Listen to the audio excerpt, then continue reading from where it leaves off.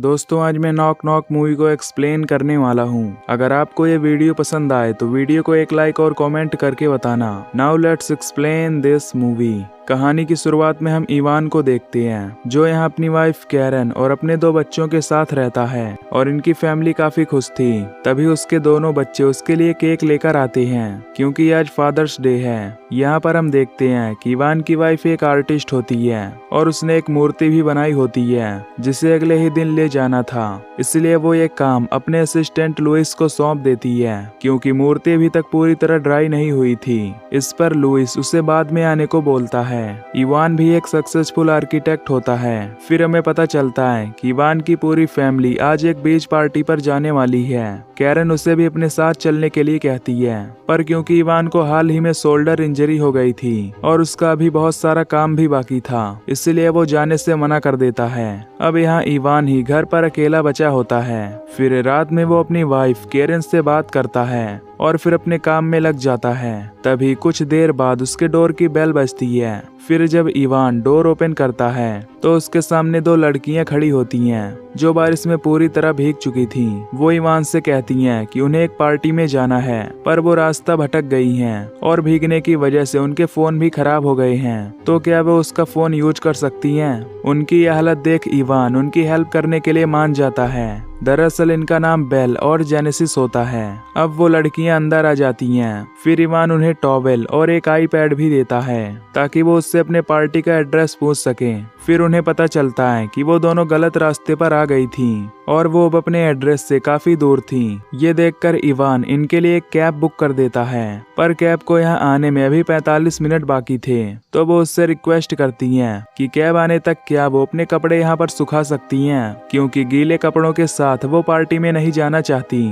अब इवान इसके लिए भी मान जाता है। फिर वो उनका फोन लेकर राइस में डाल देता है ताकि उनका फोन जल्द से जल्द सूख जाए और काम करने लगे। इसके बाद इवान इनके लिए चाय भी बनाता है। इधर ये दोनों उसके म्यूजिक सिस्टम को ऑन करके म्यूजिक सुनने लगती हैं। फिर ये दोनों उसके चाय की टेस्ट और उसकी कलेक्शन को देखकर काफी इम्प्रेस हो जाती हैं। अब ये तीनों बैठकर काफी सारे बातें करने लगती हैं। यहाँ इवान इन्हें अपने और अपनी फैमिली के बारे में सब कुछ बता देता है। फिर ये उसकी एज पूछती हैं, तो इवान इनसे कहता है कि वो 43 ईयर का है। ये सुनकर ये दोनों सोचती हैं कि इतनी उम्र में भी वो इतना फिट कैसे है। फिर ये उसकी और भी तारीफ करती हैं और साथ ही दोनों उसके साथ फ्लर्ट भी कर रही थी और उसके गले पड़ रही थी, जिससे अब इवान थोड़ा ऑकवर्ड हो जाता है, लेकिन बाद में वो उनके साथ कंफर्टेबल हो जाता है। ये दोनों उससे खुद को फ्लाइट अटेंडेंट बताती हैं और इवान से उसकी कुछ पर्सनल बातें भी पूछने लगती हैं, जैसे कि शादी के बाद उसका कोई अफेयर है कि नहीं, क्योंकि वो अभी तक इतना जवान था।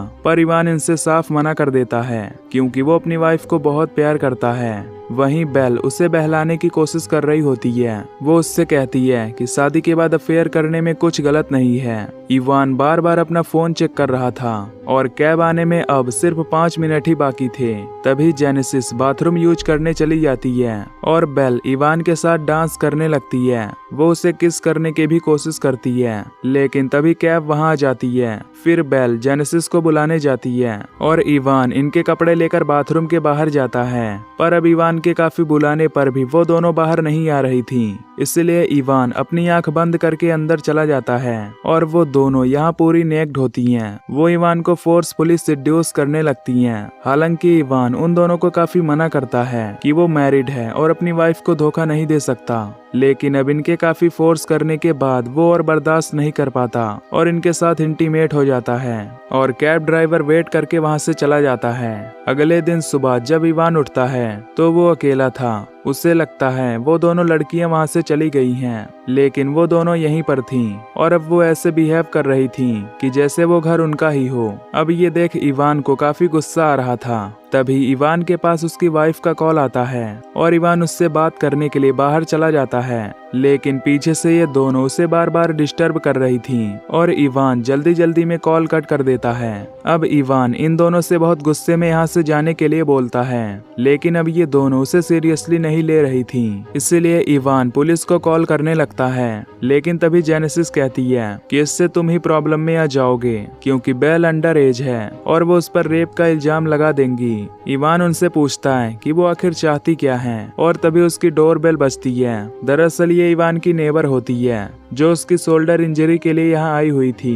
इवान इन दोनों को शांत रहने के लिए बोलता है, लेकिन फिर भी जेनेसिस उसकी नेबर के सामने आ जाती है और ये देख उसकी नेबर गुस्से में वहाँ से चली जाती है। उसे लगता है कि इवान अपनी वाइफ को चीट कर रहा है। इवान वापस आकर काफी गुस्से में इन्हें जबरदस्ती घर से बाहर निकालने लगता है, लेकिन वो दोनों उसकी बात नहीं मान रही थी और अब आखिर में इवान पुलिस को कॉल करके रिपोर्ट करने लगता है। पर तभी जेनेसिस कॉल कट कर देती है और वहां से जाने के लिए तैयार हो जाती है। इसके बाद इवान उन्हें छोड़ने खुद अपनी कार से जाता है। वो उन्हें एक जगह ड्रॉप कर देता है और फिर वहां से अपने घर वापस आ जाता है। वापस आकर वो पूरे घर को अच्छी तरह साफ करने लगता है और फिर अपने काम में लग जाता है और अब रात हो जाती है। तभी रात में इवान को अपने घर में कुछ टूटने की आवाज आती है। जब वो चेक करने जाता है तो वो उसकी फैमिली फोटो होती है। तभी जेनेसिस पीछे से उसके सर पर मारकर उसे बेहोश कर देती है। इसके बाद जब इवान को होश आता है तो उसका हाथ बेड से बंधा हुआ था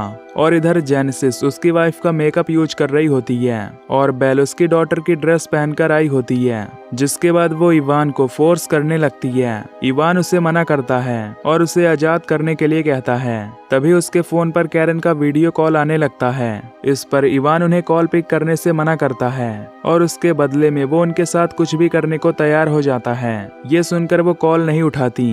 इसके बाद बेल इवान का रेप करती है और जेनेसिस ये सब कुछ उसके फोन में रिकॉर्ड कर रही थी। फिर कुछ देर बाद जब जेनेसिस वहां नहीं थी तो इवान अपने हाथ खोलने में कामयाब हो जाता है और फिर वो बेल को धक्का देकर जेनेसिस को मारने के लिए जाता है। पर तभी जेनेसिस उसके उसे इंजर्ड शोल्डर पर वार कर देती है और उसे पीट कर बेहोश कर देती है। इसके बाद वो दोनों उसे एक चेयर से बांध देती हैं और अब वो दोनों ही उसके साथ एक गेम खेलने लगती हैं, जिसमें वो उससे कुछ क्वेश्चंस पूछेंगी। अगर वो उनके सवाल का गलत जवाब देता है तो वो उसके कान में काफी लाउड म्यूजिक बजाकर उसे टॉर्चर करती हैं। तभी उनके घर के बाहर लुइस आ जाता है, जो वहाँ कैरन की मूर्ति लेने आया था। वो दोनों इवान को वहीं ढककर छुपा देती हैं और फिर जेनेसिस लुइस को अंदर आने देती है। यहाँ वो उससे बताती है कि वो इवान की नीस यानी भांजी है और बेल उसकी फ्रेंड है। तभी लुइस नोटिस करता है कि घर की हालत काफी बुरी है और वो मूर्ति भी काफी टूटी और खराब हो गई थी। जेनेसिस इसका इल्जाम इवान पर ही डालने की कोशिश करती है, लेकिन अब लुइस समझ चुका था कि यहाँ कुछ तो गड़बड़ है। तभी लुइस को इवान की आवाज आती है, जिसके बाद वो इवान को ढूंढ लेता है, लेकिन तभी वो दोनों कैरन की मूर्ति तोड़ने लगती हैं, जिससे लुइस इवान को छोड़कर उन्हें रोकने जाता है। पर इसी बीच उसे अस्थमा का अटैक आ जाता है और उसका इनहेलर भी बेल ने चुरा लिया था। तभी लुइस का सर टकरा जाता है और उसकी मौके पर ही मौत हो जाती है। इवान को लुइस के लिए काफी बुरा लग रहा होता है, लेकिन उन दोनों लड़कियों को इससे कोई भी फर्क नहीं पड़ता। फिर वो लुइस की बॉडी को लपेटकर उसकी मूर्ति बना देती हैं। इसके बाद वो इवान और लुइस के फोन से एक दूसरे को मैसेज करती हैं, जिससे ऐसा लगे कि इवान का लुइस की वाइफ के साथ अफेयर था और दोनों में लड़ाई हुई, जिसमें इवान ने लुइस को मार डाला। अब इवान उनसे भीख मांगता है और कहता है कि वो उसे छोड़ दें। वो अपनी फैमिली से बहुत प्यार करता है, जिस पर ये दोनों कहती हैं कि अगर ऐसा होता तो तुम अपनी वाइफ को चीट नहीं करते और अब उसे जीने का कोई हक नहीं है। इवान कहता है कि इसमें उसकी कोई गलती नहीं है, उन्होंने ही उसे फोर्स किया था और वो एक अच्छा इंसान है। लेकिन फिर भी वो दोनों उसकी एक नहीं सुनती और बाहर जाकर उसके लिए ग्रेव खोदने लगती हैं। इधर इवान एक आईपैड का यूज करके अपनी वाइफ को कॉल करने की कोशिश करता है, पर जेनेसिस ये देख लेती है और वो उस आईपैड को तोड़ देती है। अब यहाँ पर हमें ये पता चलता है कि ये दोनों ही इवान पर काफी समय से नजर रखे हुए थी और ये दोनों एक साइको हैं, जो पहले भी ऐसा कईयों के साथ कर चुकी हैं। इसके बाद वो इवान के घर में तोड़ फोड़ करने लगती हैं और तभी उन्हें इवान की गन भी मिल जाती है। अब जेनेसिस इवान की रस्सी खोल देती है और उसे घर में कहीं छुपने के लिए कहती है और कहती है कि अगर सनराइज से पहले उन्होंने उसे नहीं ढूंढ पाया तो वो दोनों वहां से हमेशा के लिए चली जाएंगी, लेकिन अगर वो पकड़ा गया तो वो उसे मार देंगी। अब इवान वहां से भागकर कहीं छुप जाता है और काफी देर ढूंढने के बाद भी उन्हें नहीं मिलता।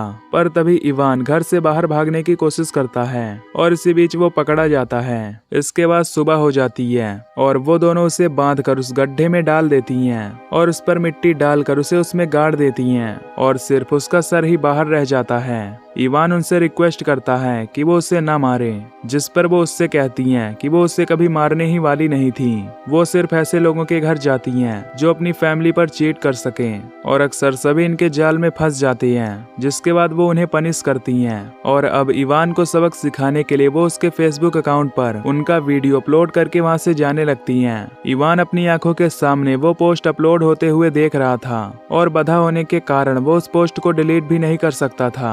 दूसरी तरफ हम देखते हैं कि इवान की फैमिली अब वापस से घर आ जाती है। तभी कैरन देखती है कि घर की हालत बर्बाद हो रखी है। इवान का बेटा जैक कहता है कि डैड ने रात भर पार्टी की होगी, और इसी के साथ मूवी यहीं पर खत्म हो जाती है। दोस्तों, इस फिल्म की एक अल्टरनेट एंडिंग भी है, जिसमें इवान अपने जीपीएस ट्रैकर से उन लड़कियों को किसी दूसरे के घर ढूंढ लेता है और उन्हें मारकर अपना बदला पूरा करता है। तो अगर आपको ये एक्सप्लेनेशन पसंद आई हो तो वीडियो को लाइक और चैनल को सब्सक्राइब कर देना। बाकी मैं मिलूंगा आपसे अगली वीडियो में, तब तक के लिए take care, love you, bye bye.